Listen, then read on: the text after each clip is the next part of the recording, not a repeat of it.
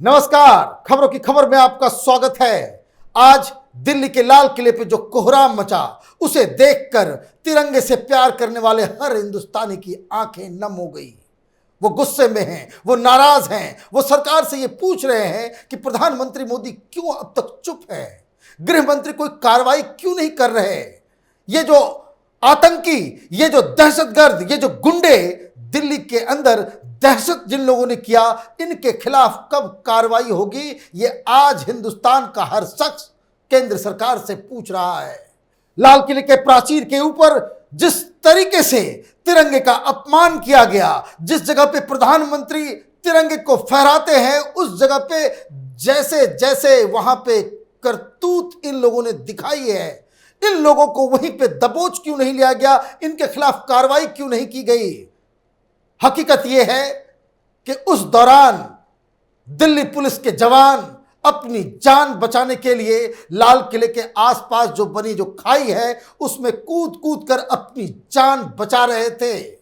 Delhi police को आज सलाम करने का मन कर रहा है, क्योंकि जिस तरीके से, जिस मैच्योरिटी और जिस पेशेंस का उन्होंने आज एग्जाम्पल पेश किया है कि उनके 86 से ज्यादा जवान अधिकारी घायल हैं इन गुंडों के हाथों, इन लोगों की पिटाई हुई है, ये हॉस्पिटल में है, लेकिन फिर भी दिल्ली पुलिस ने कोई कड़ा एक्शन नहीं लिया।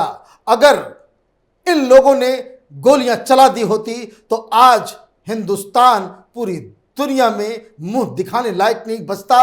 इन तथाकथित किसान संगठनों की वजह से, इन आंदोलनकारियों की वजह से, इन खालिस्तानियों की वजह से, ये पाकिस्तान के चमचों की वजह से, उनके दलालों की वजह से। दरअसल ये सारी चीजें क्यों और कैसे हुई है, इसके ऊपर सरकार तहकीकात में जुड़ी हुई है।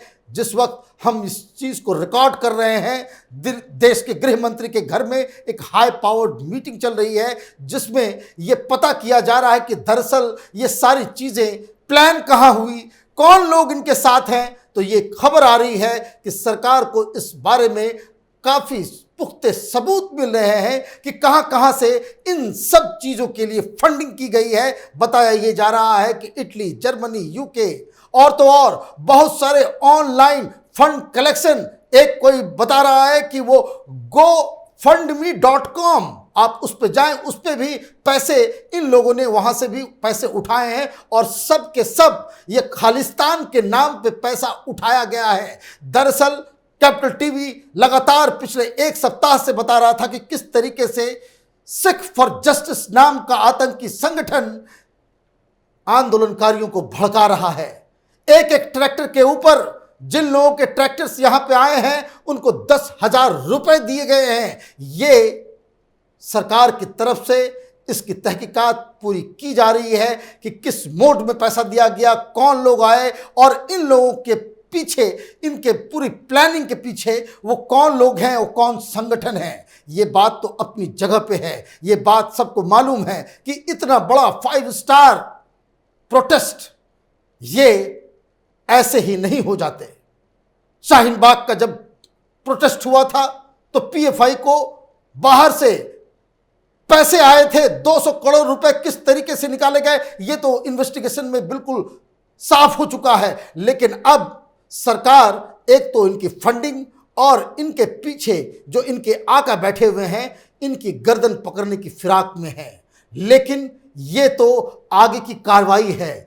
तत्काल क्या हो रहा है, तो तत्काल 2-3 खबरें आई हैं। एक तो पंजाब के चीफ मिनिस्टर ने अपील की है कि ये जो लाल किले के ऊपर हुआ है वो शर्मनाक है, और जो भोले भाले किसान हैं वो वापस लौट आए। ये अपील अब पंजाब के कांग्रेस पार्टी के chief minister captain Amarinder Singh कर रहे हैं। लेकिन हरियाणा के चीफ मिनिस्टर मनोहर लाल खट्टर ने दो टूक कहा है कि वो वापस दिल्ली से पंजाब जाएंगे, तो रास्ते में अगर इन लोगों ने कोई भी हंगामा करने की कोशिश की तो वो दिल्ली पुलिस की तरह हाथ पर हाथ रखकर वो बैठेंगे नहीं, बल्कि कायदे से इनके साथ कड़ी कार्रवाई की जाएगी। और इसलिए इन दंगाइयों को, इन आतंकवादियों को ये मैसेज दे दिया गया है कि इनफ इज इनफ।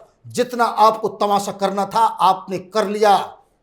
दूसरी खबर यह आ रही है कि किसान संगठन के नेता आज डरे हुए हैं। जो कुकर्म इन्होंने किया है, जिस तरीके से हिंदुस्तान को बदनाम किया है, तिरंगे का अपमान किया है, अब इनकी पूरी तरीके से सिट्टी पिट्टी गुम हो गई है। इन लोगों की तैयारी ये थी कि वो दिल्ली के अंदर ट्रैक्टर मार्च के बहाने घुसेंगे और यहीं पे जम जाएंगे। इन्होंने घोषणा कर रखी थी 2 दिन पहले, योगेंद्र यादव ने यह बताया था कि यह आंदोलन ट्रैक्टर रैली के साथ खत्म नहीं होने वाला। ट्रैक्टर रैली के बाद ये लोग 1 फरवरी को पार्लियामेंट का घेराव करेंगे। लाखों की संख्या में लोग पार्लियामेंट के चारों तरफ जमा होंगे। ये घोषणा इन्होंने कर रखी थी, लेकिन आज की जो शर्मनाक घटना हुई है, इनके होश फाख्ते हो गए हैं और ये इतने डर गए हैं कि टेलीविजन चैनल वालों ने जब राकेश टिकैत से पूछा कि 1 तारीख का प्लान क्या है, तो उन्होंने कहा कि 1 तारीख के बारे में तो मुझे कुछ मालूम ही नहीं है।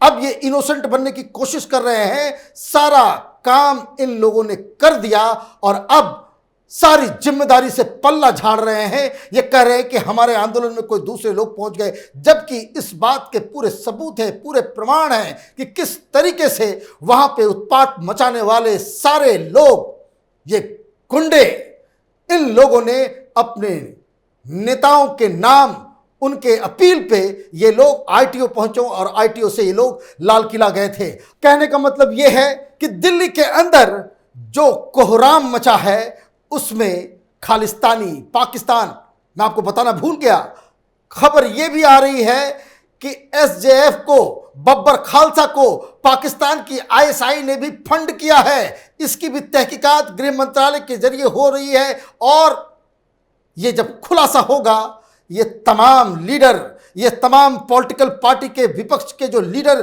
जो अब तक इसको समर्थन कर रहे थे, ये मुंह दिखाने लायक नहीं बचेंगे, क्योंकि जिस तरह की जो साजिश का पता चल रहा है वो बहुत ही गंभीर है। लेकिन ये बाकी चीजें तो आगे आने वाले दिनों में होगी। लोग अभी जानना चाह रहे हैं कि अब ये जो किसान आंदोलन वाले जो डर के मारे वापस अपने अपने बॉर्डर्स पे, जहां पहले प्रोटेस्ट चल रहा था, वहां पे आकर के जम गए हैं, क्या वो फिर से वहीं पे जम जाएंगे या फिर सरकार इनके ऊपर कोई कार्रवाई करेगी? यही आज का सबसे बड़ा प्रश्न है कि इन किसान संगठनों को कब सबक सिखाया जाएगा, कब उन्हें बताया जाएगा कि आपने लक्ष्मण रेखा क्रॉस की है और इसका खामियाजा आपको भुगतना पड़ेगा। एक तो कानूनी कार्रवाई अपने जगह पे होगी, जब साजिश का पता चलेगा, जब इन लोग, ये सारे नेताओं के ऊपर अलग अलग धाराओं में इनके खिलाफ केस किया जाएगा। लेकिन लोग ये चाहते हैं, लोगों की दिलों की इच्छा यही है कि ये जो तमाशा दिल्ली के बॉर्डर्स पे, चाहे वो टिकारी बॉर्डर्स हो या फिर सिंधु बॉर्डर हो या फिर गाजीपुर हो, यहां पे से ये जो तमाशा जो चल रहा है, इससे कब निजात मिलने वाला है? यही एक ऐसा सवाल है जिसका जवाब लोग अमित शाह से जानना चाह रहे हैं, क्योंकि लोग ये उम्मीद नहीं कर रहे थे कि इस देश में बीजेपी की सरकार के रहते हुए लाल किले के ऊपर इस तरीके से हमारे तिरंगे, हमारी शान, हमारी आन, हमारे देश के गणतंत्र के साथ ये घटिया मजाक कोई कर सकता है। और जब ये हो गया है तो क्या दिल्ली पुलिस हाथ पर हाथ धर के बैठी रहेगी? क्या सीआरपीएफ हाथ पर हाथ धर के बैठी रहेगी? क्या गृह मंत्रालय हाथ पे हाथ धर के बैठा रहेगा? लोग इस सवाल का जवाब जानना चाहते हैं कि कब इन लोगों को वापस दिल्ली के बाहर फेंका जाएगा।